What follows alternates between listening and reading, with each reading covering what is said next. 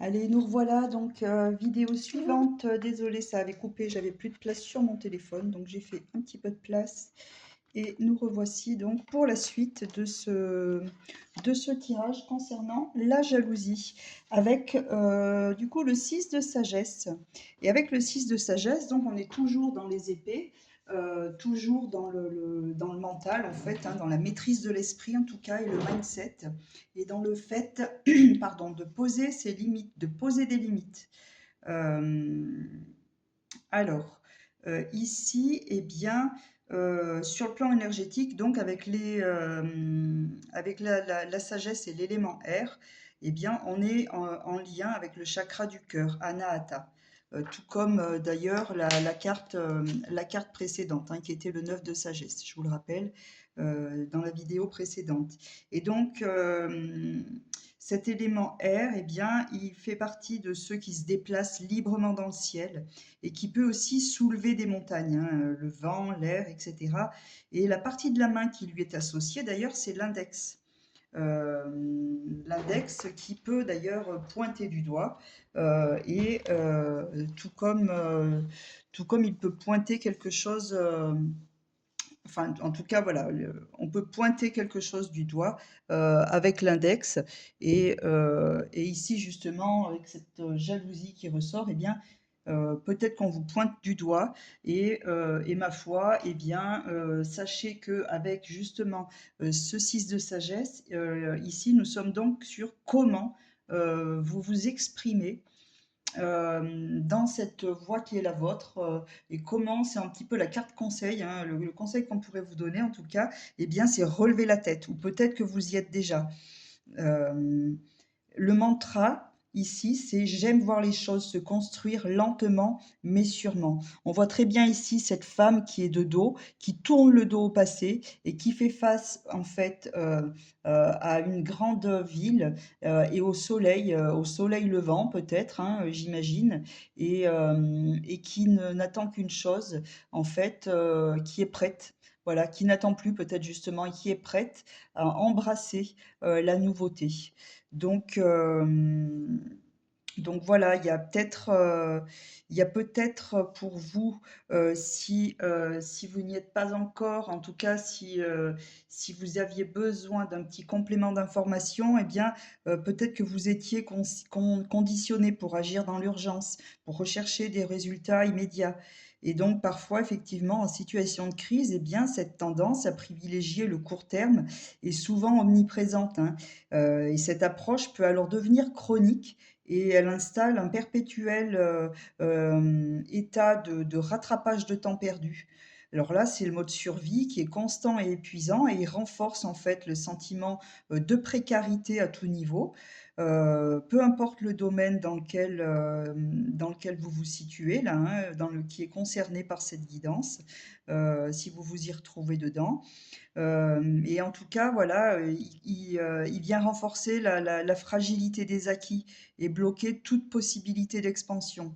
Donc pour établir, eh bien, une stabilité durable et pérenne, il est impératif d'inverser cette tendance, de toujours vouloir, faire, vite, vite, et pour avoir un résultat probant, et qui qui n'est d'ailleurs pas forcément gage de pérennité, hein, voilà.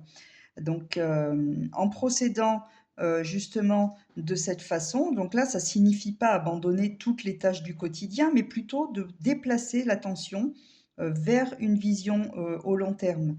Il ne s'agit pas ici de déplacer votre attention peut-être vis-à-vis de cette personne qui vous jalouse, éventuellement si tel est le cas, mais bel et bien de poser des actions pour déployer votre énergie autrement.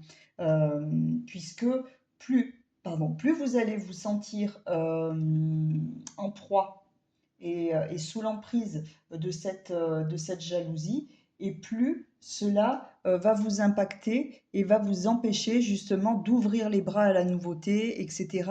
Et de pouvoir justement avancer sur votre chemin de vie tranquillement. Donc ici, je vous rappelle que le besoin qui n'était pas comblé, eh bien, nous avons hop là, je vais mettre la boîte du tarot ici, donc nous avions le débonnaire. Hop. La difficulté, pardonnez-moi, la difficulté, ici, c'était le débonnaire, donc c'était le sens du plaisir de vivre. Le besoin qui n'était pas honoré, nous avions le serviteur et nous avions ensuite 2 cartes, qui venaient nous apporter un éclairage, pardon, concernant vos ressources, qui était le pouvoir de se manifester, la stratège, donc, en choisissant à partir de soi, en choisissant vraiment ce qui est juste pour vous et pas pour faire plaisir aux autres, notamment, hein, voilà.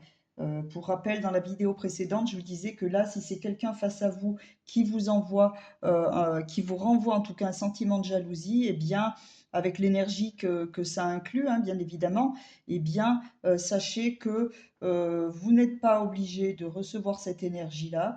Et puis cette personne, pour rappel, eh bien, si elle est jalouse, c'est probablement parce qu'elle-même ne s'octroie pas ce temps-là. Elle n'a jamais appris à le faire, elle n'a jamais pu le faire de toute façon, certainement, ce qui fait que voilà, elle est dans cette situation-là, mais cette situation-là, ce n'est pas la vôtre, c'est la sienne.